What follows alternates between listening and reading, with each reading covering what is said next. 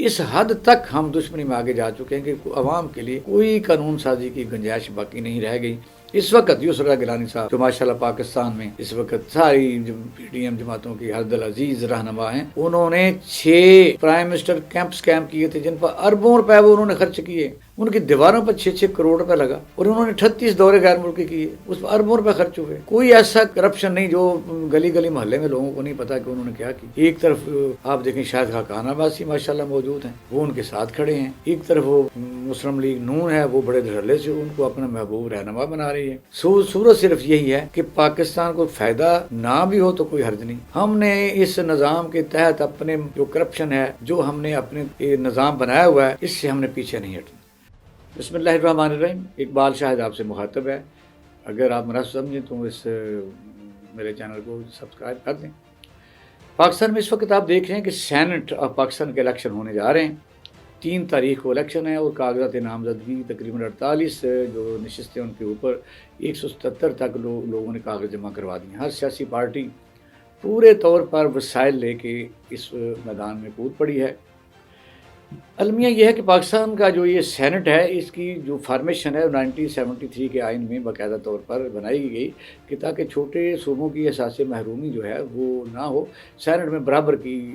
نمائندگی دی گئی، کیونکہ کئی صوبے بڑے ہیں، مثلا پنجاب ہے،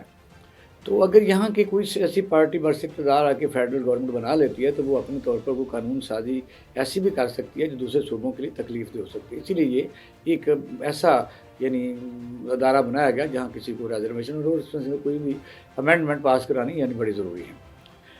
لیکن وقت کے ساتھ ساتھ یہ پتہ چلا کہ یہ سینٹ کی افادیت کیا ہے۔ اب کچھ لوگ تو یہ کہہ رہے ہیں کہ اب آنے والا کے طور پر اس کی دوبارہ اس پر سوچنا چاہیے تھا کہ یہ لوگ کام کیا کر رہے ہیں، کیا وہ اپنے فرائض انجام دے رہے ہیں، کیا جو سینیٹرز ہیں وہ اس لیول اس معیار پر پورا اترتے ہیں، کیا وہ اس انٹلیکچول ہیں، کیا وہ 3-4 دفعہ MNA بن چکے ہیں، کیا وہ PhD ہیں، اپنے اپنے فیلڈ میں وہ کامیاب، ان کی شہرت کیسی ہے۔ لیکن وجہ یہ ہے کہ قانون سازی کے لیے پاکستان کے سیاسی نظام نے اس کو بھی تہس نہس کر دیا۔ ہونا تو یہ چاہیے تھا کہ اس طرح یہ انہوں نے کئی دفعہ اپنی آئینی ترمیمیں کی اور اس میں بہتری لانے کی کوشش کرتے رہے، اس کو بھی ریفارم کرنا چاہیے تھا۔ مثلا یہ ہے کہ وہاں اپنے رشتہ داروں کا ہجوم اکٹھا کرنا، پاورفل جو ایلیمنٹ ہیں، مثلا آپ نے دیکھا ہے کہ MNA صاحب ہیں، مخصوص سیاسی جماعت سے تعلق رکھتے ہیں، وہ اس طرح 6ٹھی دفعہ انہوں نے کاغذ جمع کرائے اور ایک سیاسی جماعت نے ان کو کہا ہے کہ یہ پھر دوبارہ ہوں گے۔ وجہ یہ کہ وہ ایک پاور کا گینگ بن گیا ہے، اس میں سے ہر پارٹی تگو دو کر رہی ہے کہ کیسے نپٹا جائے۔ اب اصول ضابطے کی بات کرتے ہیں کہ وہاں سینٹ میں اس وقت جو سچویشن ہے، PDM نے یسریٰ گیلانی کو اسلام آباد سیٹ کے لیے پٹ کیا ہے۔ بڑی حیران کن بات یہ ہے کہ یسریٰ گیلانی صاحب ظاہر ہے ایک پاکستان کے وزیر اعظم رہے ہیں، لیکن یہ بھی سچائی ہے کہ وہ اس سے پہلے اپنے سابقہ دور حکومت میں ریلوے کی کرپشن اور اس میں ناجائز بھرتیوں کے طور پر جیل کاٹ چکے ہیں۔ پھر اس کے بعد آپ نے دیکھا کہ وزیر اعظم کے طور پر جب انہوں نے خط نہیں لکھا تھا، میل آف ڈیٹینشن، کورٹ نے کہا کہ آپ نے کنٹیمپٹ آف کورٹ کیا، اور کنٹیمپٹ آف کورٹ باقاعدہ ایک کرائم اور جرم ہے، آفینس ہے، اس پر انہیں سزا دی گئی۔ اب لوگ کہتے ہیں جی وہ تو خط نہ لکھنے پر دی گئی، سزا ہوئی۔ سزا کا مطلب یہ ہے کہ سزا جب کسی بندے کو ہو جاتی ہے، وہ بری بھی کئی دفعہ ہو جائے، بعد میں سزا کاٹ بھی لے، وہ تو 5 سال کے لیے پابندی ان پر لگائے گی، وہ حد ختم ہو چکی ہے۔ لیکن سوال اصل یہ پھر وہیں رہتا ہے، کیا سزا ہوئی؟ اگر ایک آدمی چوری کرتا ہے، وہ چوری کرتا ہے تو اس کو 6 سال سزا ہوتی ہے، چوری کے بعد وہ بری ہو کے آگے آتا ہے اپنے علاقے میں، کیا وہ چور نہیں تھا؟ اور اس سے بھی آگے پاکستان کی آپ دیکھیں اخلاقی طور پر سیاسی باتیں اس حد تک جا چکی ہیں کہ میاں نواز شریف سب کالی ٹائی پہن کے وہاں جا گئے کہ اس کو نکالا جائے، اور وہ نکلے، اور پھر وہ تاریخ کا حصہ ہے کہ اس سے پہلے بھی وہ جیل میں کس وجہ سے گئے، اس وجہ سے گئے۔ اسد علی زرداری صاحب کو جیلوں میں ڈالا گیا، ان کی زبان کاٹی گئی۔ میں سمجھتا ہوں پاکستانی قوم کو یہ کیا دکھا رہے ہیں، بے شرمی کی انتہا تو یہ ہے کہ پاکستان کے جو لوگ ایک دوسری مختلف پارٹیوں سے رومانس رکھتے ہیں، جب اپنے علاقوں میں جاتے ہیں، اپنی لڑائیاں لڑتے ہیں، پارٹیوں کا مینیفیسٹو وہ لوگوں کو بتاتے ہیں، مخالفتیں ہوتی ہیں، دشمنیاں ہوتی ہیں، مرڈر ہوتے ہیں، پراپرٹیاں چھن جاتی ہیں، مستقل ان کی زندگی عذاب بن جاتی ہے، پھر یہ لوگ آپس میں مل جاتے ہیں۔ کون سی اخلاقی قوت ہے؟ اس وقت یسریٰ گیلانی صاحب جو ماشاءاللہ پاکستان میں اس وقت ساری PDM جماعتوں کی ہر دل عزیز رہنما ہیں، انہوں نے 6 پرائم منسٹر کیمپس کیمپ کیے تھے جن پر اربوں روپے وہ انہوں نے خرچ کیے، جبکہ یعنی پرائم منسٹر ہاؤس تو ایک ہی ہونا چاہیے،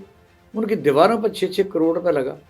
اور انہوں نے 38 دورے غیر ملکی کیے، اس پر اربوں روپے خرچ ہوئے۔ کوئی ایسا کرپشن نہیں جو گلی گلی محلے میں لوگوں کو نہیں پتا کہ انہوں نے کیا کی۔ پھر دیر لگی تو یہ ہے کہ اب ایک طرف آپ دیکھیں شاہد خاقان عباسی ماشاءاللہ موجود ہیں، وہ ان کے ساتھ کھڑے ہیں، ایک طرف وہ مسلم لیگ نون ہے، وہ بڑے دھڑلے سے ان کو اپنا محبوب رہنما بنا رہی ہے۔ صورت صرف یہی ہے کہ پاکستان کو فائدہ نہ بھی ہو تو کوئی حرج نہیں، ہم نے اس نظام کے تحت اپنے جو کرپشن ہے، جو ہم نے اپنے یہ نظام بنایا ہوا ہے، اس سے ہم نے پیچھے نہیں ہٹنا۔ اب آپ دیکھیں گے بے حیائی کی حد ہے جو پوری دنیا میں ہمارا منہ کالا کر رہی ہے کہ اوپن بیلٹ نہیں ہونا چاہیے، چارٹر آف ڈیموکریسی میں لکھا ہوا ہے، جس پر نواز شریف صاحب کی دستخط ہیں، بے نظیر صاحبہ کی دستخط ہیں، وہ دونوں پارٹیاں اپنے لیڈروں کو بھول گئیں، بے نظیر صاحبہ کے نام پر ووٹ لینے والے ووٹ اس کی بات کو بھول گئے، آپ کہتے ہیں جی یہ تو سیکرٹ ہونے چاہیے۔ مسئلہ یہ ہے کہ بلوچستان میں تو 50% جو ہے وہ ڈسپرس بھی ہو چکے ہیں، یہ جو فراڈ ہے، پیسے جو چل رہے ہیں، اگر کل کو کوئی سینیٹر بعد میں گلی میں نکل کے سڑک میں نکل کے دیکھتا ہے پاکستانی قوم تو کیا عزت رہ جاتی ہے؟ بھئی آپ اس کو بھی تو 18ویں ترمیم آپ نے کر لی، اس کو بھی آپ کو ریفارم کرتے، آپ چھوٹے صوبے کر دیتے، یا اس کی نمائندگی کے لیے آپ کو انٹلیکچوئلوں کو ڈھونڈتے، معیار مقرر کرتے کہ یہ سینٹ کا ممبر وہ بنے گا جو 3 دفعہ ایم این اے ہے یا 4 دفعہ ایم این اے ہے، یا اس کی شہرت اچھی ہے، اس نے کام اچھا کیا، اس نے اتنے بل پیش کیے، اتنے بل پاس کروائے ہیں، اس نے اپنے ادارہ جہاں وہ اس کو وزیر بنایا گیا تھا یا کوئی اسٹینڈنگ کمیٹی کا چیئرمین ہے، اس نے کون سی ریفارم کی ہیں، اس پر انگلی نہیں اٹھائی جا سکتی۔ سیاسی لیڈر جو ہوتے ہیں وہ ان کو لوگ فالو کرتے ہیں، جب دماغی گلا سڑا ہوگا تو عوام کیا کریں گے؟ وجہ یہ ہے کہ یہ بڑی میں سمجھتا ہوں پاکستان کے نظام پر بڑا سوال نشان ہے، جو سپریم کورٹ آف پاکستان نے کہا کہ وجہ کیا ہے کہ کیا جو سیاسی پارٹی اس بات سے خوف زدہ کیوں ہیں؟ اب تینوں صوبوں نے یعنی کے پی کے اور بلوچستان پنجاب میں کہہ دیا کہ جی اوپن بیلٹ ہونا چاہیے، اور بلال بھٹو زرداری نے اگر آج کہا ہے ایز اے پارٹی لیڈر کہ جی یہ ہم پھر بھی مقابلہ کریں تو پھر میں سمجھ سپریم کورٹ میں کیس ہے، سب جوڈس ہے، تو الیکشن کمیشن پھر بھی کہتے ہیں آئینی ترمیم ہونی چاہیے، اور پھر میں سمجھ all the rules are made for the people. جب یہ ایک اچھا کام ہے تو سب سیاسی پارٹیوں کو یہ کرنا چاہیے، ورنہ میں سمجھتا ہوں کوئی نہ کوئی حادثہ ہو سکتا ہے۔ اب اس حد تک ہم دشمنی میں آگے جا چکے ہیں کہ عوام کے لیے کوئی قانون سازی کی گنجائش باقی نہیں رہ گئی، سوائے ان تمام یعنی گروہ جن کو ہم معاشی وار لارڈ کہہ سکتے ہیں، جس نظام کو چمٹے ہوئے ہیں، کہ مجھے تو لگ رہا ہے کہ یہ نظام ہمارے کسی کام کا نہیں، گلا سڑا نظام، اس کو تو ریوزٹ کرنا پڑے گا، اس کو باقاعدہ طور پر بدلنا پڑے گا۔ اگر نہیں بدلا جائے تو میں سمجھتا ہوں کہ یہ پاکستانی قوم جو ہے وہ اس کے تو کسی کام کا ہے نہیں ہے۔ اس نظام پر جتنی جلدی ہو سکتا ہے تمام سیاسی جماعتوں کو غور کرنا چاہیے، کیونکہ پاکستان ہے تو سب کچھ ہے، ریاست سے کوئی آدمی بڑا نہیں ہے۔ کچھ لوگ اپنے آپ کو ریاست سے جب بڑا بنانے کی کوشش کرتے ہیں تو میں سمجھتا ہوں کہ وہ ایک دیوانے کا خواب۔ اس پاکستان جب سے بنا ہے سینکڑوں لوگ پتہ ہی نہیں مٹی میں مل گیا، ان کا نام بھی کوئی نہیں جانتا، تو پھر کارکردگی بھی آپ دیکھیں کہ کون سی باقی رہ جاتی ہے۔ 65 کا پاکستان لگا لیں، جہاں چون لئی پاکستان میں آتا ہے، جہاں ڈبل ڈیکر چلتی ہیں، جہاں 6 ڈیم بنتے ہیں، جہاں یعنی ایک انڈسٹریلائزیشن ہوتی ہے، کارخانے چلتے ہیں، آج کا پاکستان ہے آپ دیکھ لیں، بجلی کوئی لوگ آ نہیں سکتا، اور دوسرے ادارے کہاں ٹرانسپورٹ آپ کو مل نہیں سکتی، سکولوں کا برا حال ہے، وہاں اس وقت تعلیم مفت تھی، آج تعلیم کو پڑھا نہیں سکتا۔ یہ بیڑا گرک کیا ہوا ایسے سیاستدانوں نے، کیونکہ اگر یہ کام نہیں کر سکتے تو مثال دیتے ہیں کہ جی انڈیا میں فوج مقدمہ حل کیوں نہیں کرتی؟ انڈیا میں نہیں کرتی بھائی، اس لیے وہاں چندر شیکھر جب وزیر اعظم تھا تو اس کے پاس تو سیاہی کو نہیں تھی، غریب آدمی تھا، اسی طرح واپس چلا گیا۔ منموہن سنگھ کے پاس ایک فلیٹ تھا، اس نے قوم کو دے دیا۔ وشوا ناتھ پرساد جو تھا وہ جاگیردار تھا، اس نے جاگیر ڈونیٹ کر دی۔ تو وجہ یہ ہے کہ آپ کون لوگ، مودی ہمارا دشمن ہے، ہزار اس سے اختلاف ہیں، بڑا دہشت گرد ہے، درست ہے، اس نے کشمیر پر غاصبانہ قبضہ کیا ہے اور